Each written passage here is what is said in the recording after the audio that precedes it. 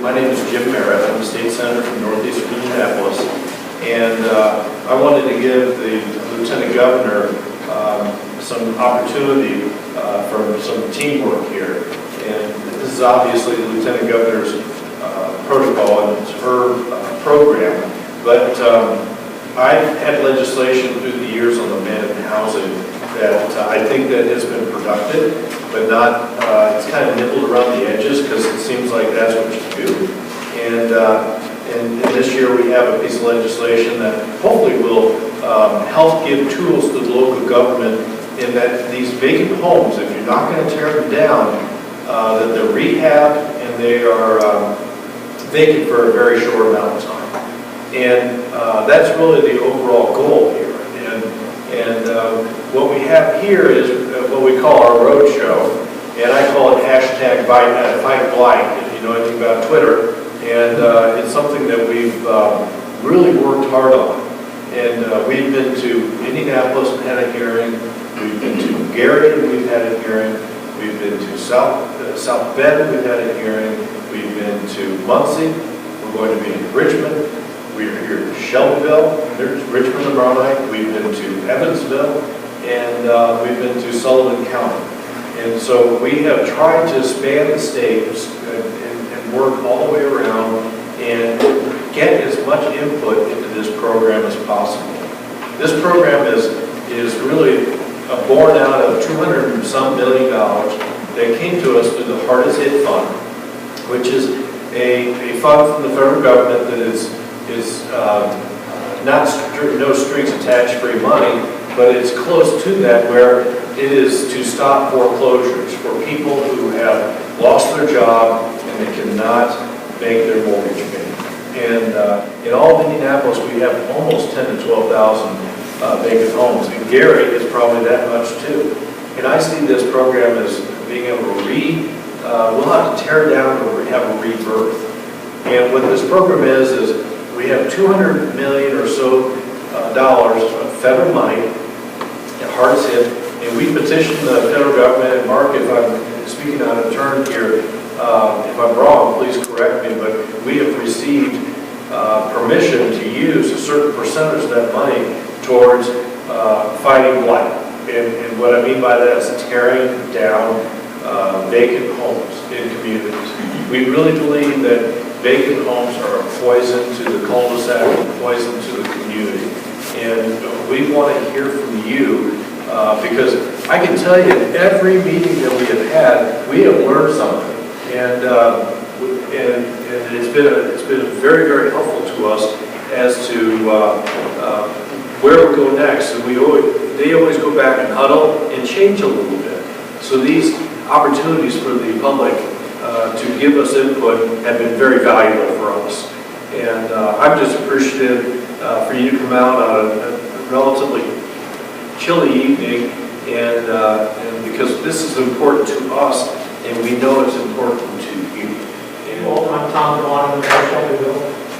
Before I was mayor, I was the director of building and planning for 19 years. So abandoned and vacant nuisance properties are something that got a pretty good handle on here locally. Locally, we have about 115 properties that we maintain annually. These are properties that have been abandoned.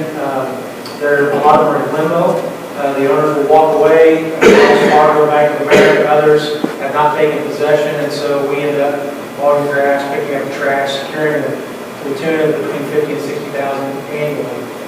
For a community our size, that's a pretty good chunk of change that we spend that we could be doing other things with.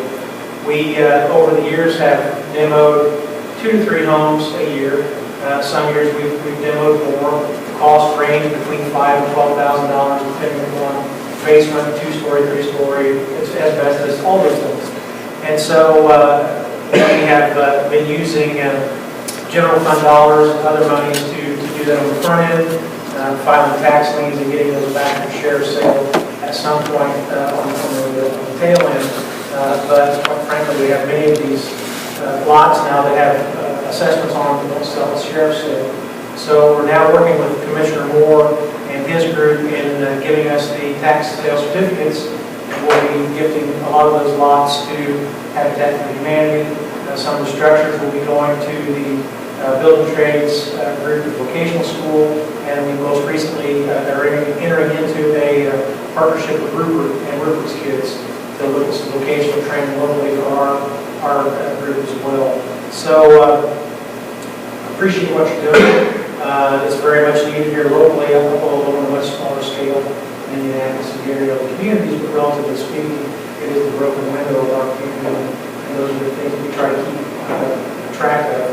From our perspective, if we could find any help at all, it would be ways to deal with those limbo properties.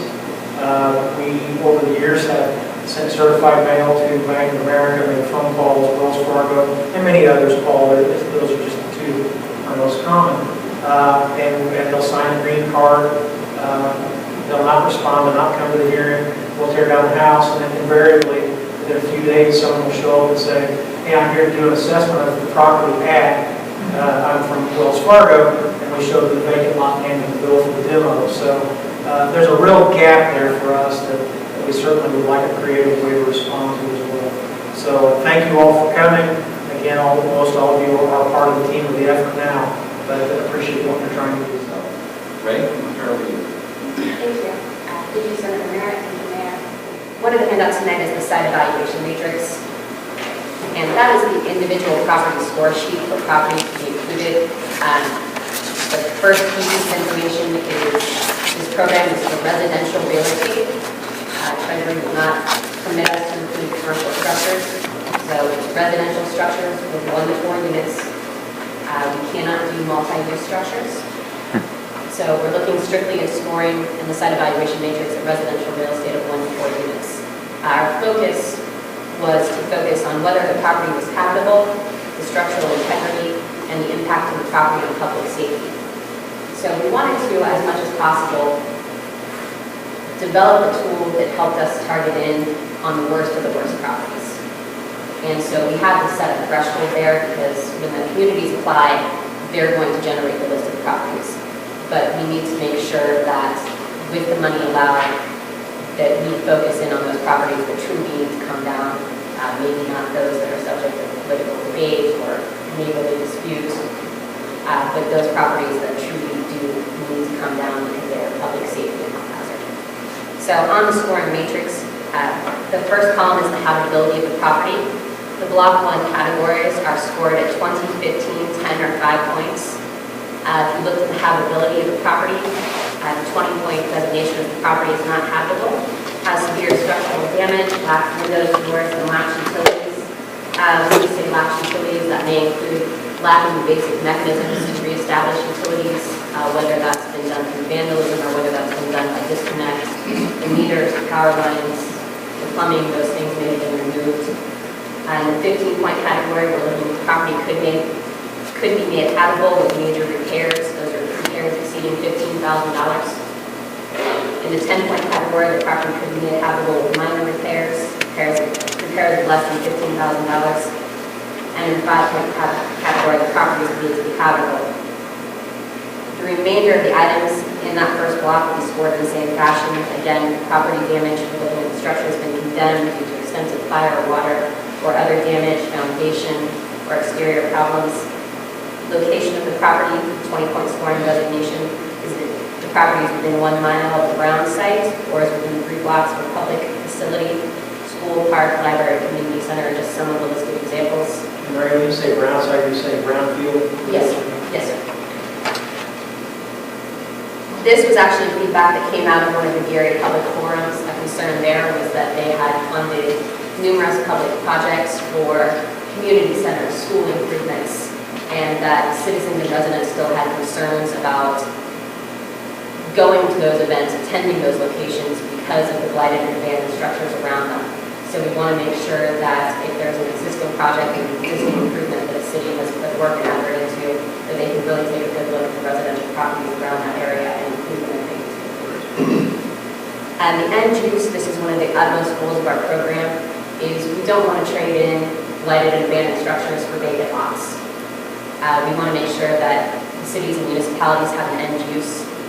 Greening and pocket parks are an acceptable end use. We do have municipalities that are looking at their existing community development programs to see how they can tie those into demolition of necessary residential structures around them, how they can expand existing projects. So what we are asking is that each property that's applied for have a designated end use, and that be foremost in mind as the program moves forward. And block 2, the point values are reduced a little. Lead-based paint, mold, and asbestos are the issues in that category. Often these are issues that can be proven up through site evaluation or code enforcement reports. Obviously, the mayor stated that you have an active demolition program here, so you've got those reports, usually accompanied by photographs. The program will also cover environmental testing to establish the existence or presence of asbestos lead-based paint. Is that a reimbursable expense? Yes, it is, sir. And the bottom category, and probably the most important, public safety. There are no maximum scores on the public safety items. We have municipalities that again express to us a property may be lacking in certain areas. It may not necessarily be condemnable, but the activities occurring there, whether it be the manufacture of methamphetamine, whether it be other illegal or illicit activities, make that property of utmost priority for the community to have it taken down and secured.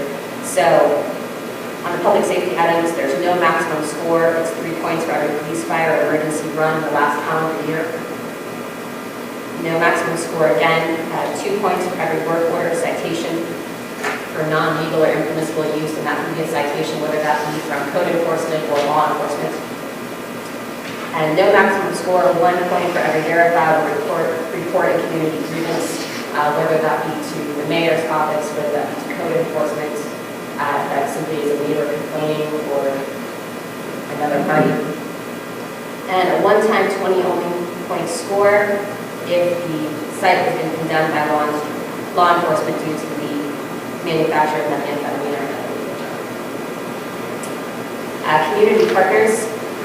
We're asking here that community partners, whether they be partners that are going to hold title eventually to these lots, are partners that will participate in completing the application forms, that those partners be identified and participate in the application process. There's a total score for property of 104 points. There are scoring subtractions, and you'll also see on the back page an important fact. No individual structure listed on a local, state, or national historic register may be included in the program. If the structure is located in a neighborhood that is listed on a national, state, or historic register, it may be included, but there is a scoring subtraction of 5 points. So when you're looking at the national, state, and local historic registers, it's if the individual structure itself is listed. There's also a subtraction of 5 points if you have a community, civic, or not-for-profit organization that is expressing interest in preserving and rehabilitating the structure. Subtraction of 10 points if you have a community, civic, or not-for-profit that's offering to preserve or rehabilitate the structure and is willing to contribute matching funds or put forth funds towards that rehabilitation effort. Subtract 5 points if a code or ordinance violation that was assessed during the past 12 months has been remedied, or if it's been paid. We're using that as a hopeful indication that if you have an active participant that's going to come forward on behalf of that structure, whether they actually be a resident or occupant or the owner. So hopefully, if we have indications that there's someone willing to work with the municipality, we can take that structure off the list and put another structure that may be completely abandoned off the list.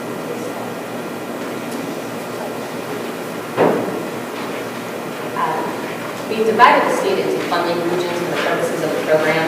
We've done this by county, and we've done it by population. What we've heard statewide is that there's a concern that no matter what part of your state is in, that the grass is greener on the other side, so to speak.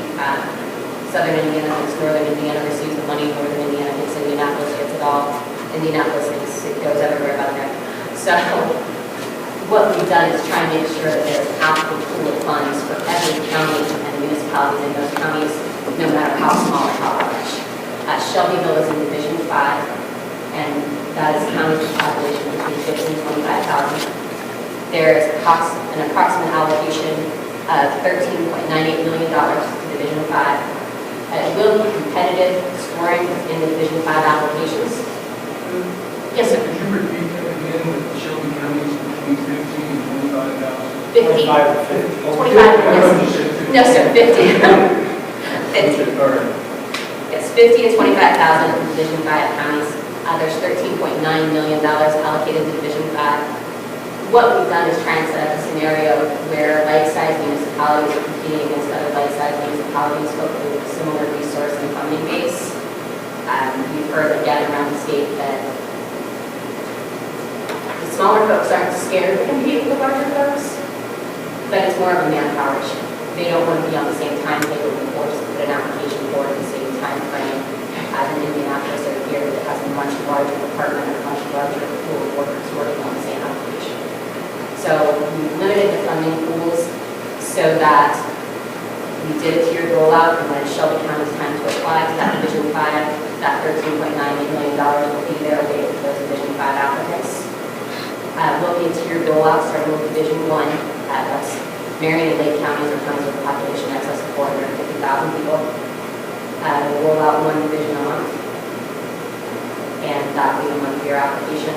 That will all be in our application packet that will go live on The divisions are based upon population, they're not based upon, factors or previous indications of blighted areas or anything of that nature. Is it strictly based upon population?